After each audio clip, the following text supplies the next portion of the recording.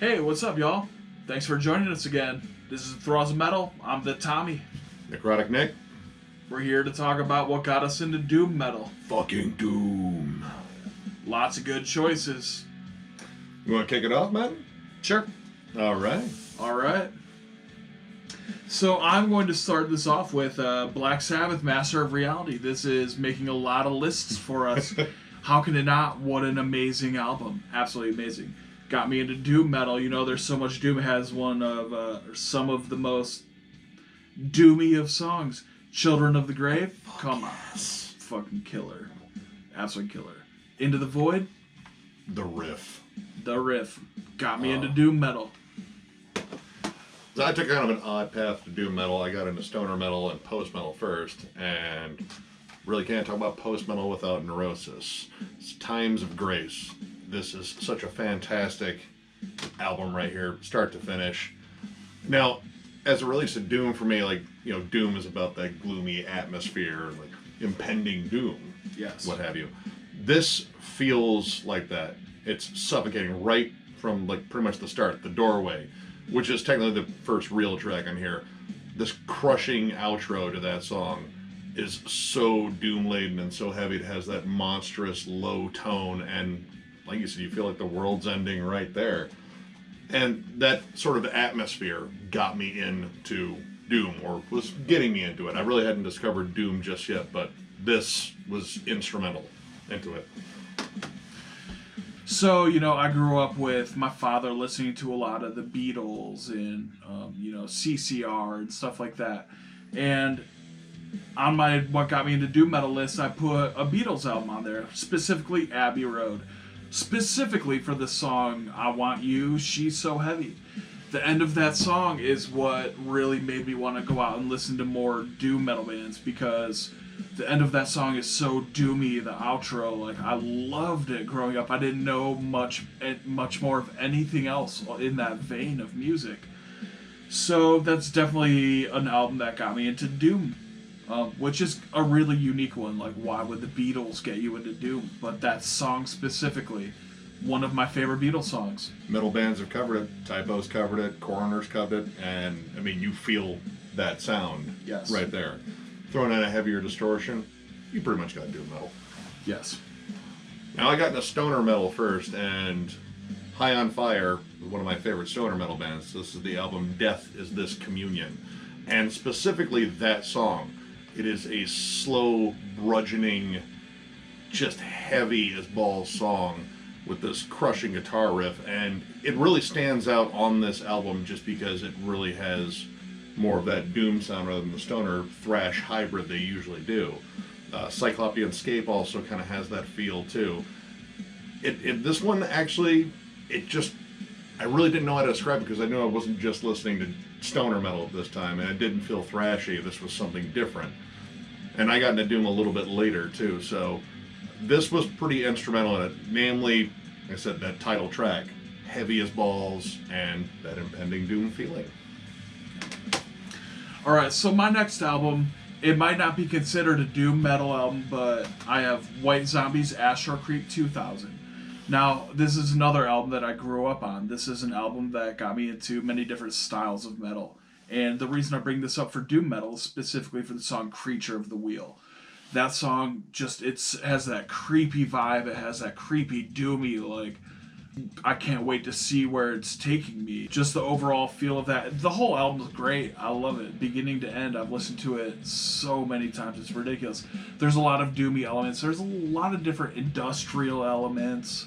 I mean, groove elements. All different kinds of stuff. But I had to put this on there just because it played such a role for me to get me into different styles of music. It's a great album. I still love that one. Cathedral, the Carnival Bazaar. This one I actually heard on an earache sampler like fucking forever ago. And this was probably the first legit doom metal band, like this was their genre, that's what they did, that I got into. And this featured Lee Dorian, who I knew of because he did a brief stint in Napalm Death on one of their best albums in my opinion. And his vocals are an acquired taste, and he just sounds creepy and weird. But that kind of works with the aesthetic of the music. This also features a guest appearance by none other than Tony Iommi on the song Utopian Blaster. And that's easily my favorite track on here. But this one kind of had that Black Sabbath feel, except there was none of the lighter songs on it. It was all heavy and crushing and slow and dirty sounding. I was like, okay, this is what doom metal is. All right, I'm starting to get into this shit. All right, next on my list, another one that we don't have an actual hard copy of, Pink Floyd, Wish You Were Here. Now, that's another album you're like, wait, Pink Floyd, Doom, that doesn't make any sense. Now, the song Welcome to the Machine, that is an extremely doomy song, and I absolutely love it. You know, it's Pink Floyd's obviously in the classic rock vein, but Welcome to the Machine, right up my alley. Got me into Doom, gives me the feeling of impending doom. I love it when an album has that super slow, like, kind of grudging song just going. It gives you that feeling of impending doom, and then it comes to the next song, and it's kind of like a lighter song, you know? I love that transition. Like, it just feels so good to me. I actually fucked up. I have a copy of that. Oh, we fucked up. My bad. All's good. Candlemass, Tales of Creation. This is probably my favorite doom metal band. Definitely more epic on the scale. This was their third album with Messiah Marcolin, I think that, yeah, whatever. Absolutely fantastic vocals on this. I'm not even into the whole power metal thing either, and his vocals are comparable to that, but somehow it worked really well with the music, which is very straightforward doom metal. Heavy, chugging riffs, a guitar tone that it's just massive sounding. And all these songs are absolutely amazing. Dark Reflections, especially, one of my favorite ones on here. This one definitely got me into what they call epic doom, too, just due to his vocals. And it really had, like, it wasn't just doom, it was very gothic feeling, too. And the fact that he dressed up like a friar on stage, it kind of worked with that. And it held the name alone, Candlemass. That sounds doomy as fuck. I've been listening to a lot of Candlemass lately, and I really get into them. They're awesome. Incredible band. There's a lot of newer doom bands out there that I've been really into, but we're just simply going over what got us into doom.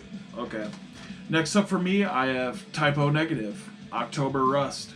I bought this album when it came out. Absolutely loved it. Typo Negative is the shit. I mean, not much more can be said about that. You know, the go-to songs on this, Be My Druidess. Damn, I listen to that song all the time. My Girlfriend's Girlfriend, classic. Cinnamon Girl, classic. Love You to Death. Love You to Death. Man. That's probably my favorite one on there. It's such a great song. It is. It's a really good song. This is a good album beginning to end. I love it. I've listened to it so many times. And it was one of those ones that I got when I was younger that just really got me into that style of music, you know? The whole doom. I love it so much. Definitely not a fun one to listen to when you just broke up with someone or you're just bummed the fuck out. Pete's not very uplifting on that one. Gates of Slumber, Conqueror. Unfortunately, this band is defunct now, but early on, when I discovered Candlemass, I was looking for other doom bands, and this one came up, and it is very much in the vein of Candlemass. Like, not necessarily the most epic vocals, they're a little more gritty, which I actually really appreciate, but chuggy riffs, awesome Black Sabbath, but just a touch heavier sound. All of them had beards and fucking skullets. It was just like, dude, this is just great. Like a little bit of riff rock in this too, which, you know, give me a good riff and chances are I'm going to listen to it. And love this album. This band had a pretty good run for a while, broke up after a bit, and this was one hell of a release from them. Love this album. Next up for me, I have Sleep's Dope Smoker. Now, we don't have an actual copy of this. You know, I understand this is not the album for everybody because it is one long, continuous song, and it's too much for one song. If you ask me personally, I get what they were going for, and I respect it. I think it was a good thing that they did it.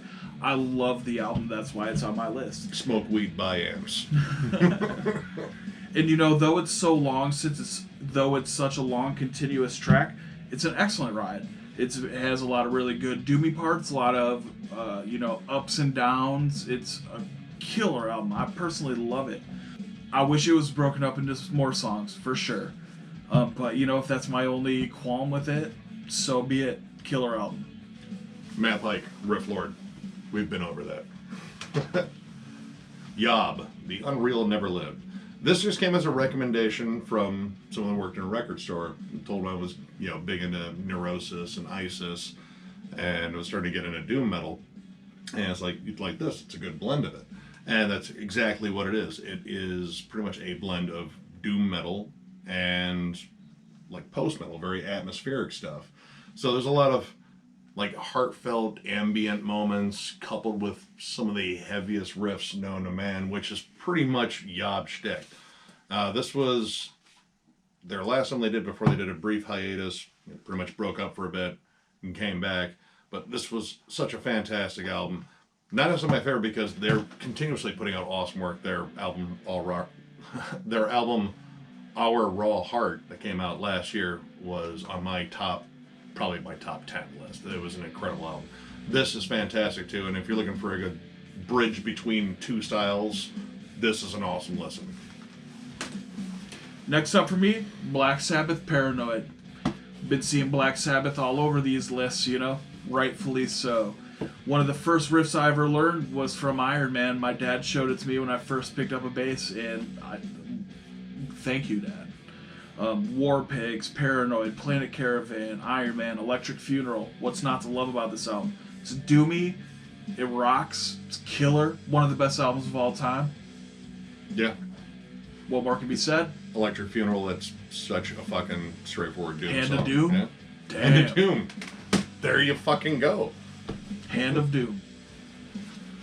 Alright, so after Yob broke up for that short period of time, they formed a band called Midian, and this was their album, Age Eternal. Sorry, text is a little fucked up there. This was pretty much a continuation of what Yob was doing. Not too much different, but holy shit, they just executed Yob without the name. And fantastic listen from start to finish. There's only 5 tracks in here. Guess what? They're all fucking long and heavy. Not as much as the post-metal sound on this. This is very straightforward, sludgy doom metal. And a good mix of harsh to clean vocals as well.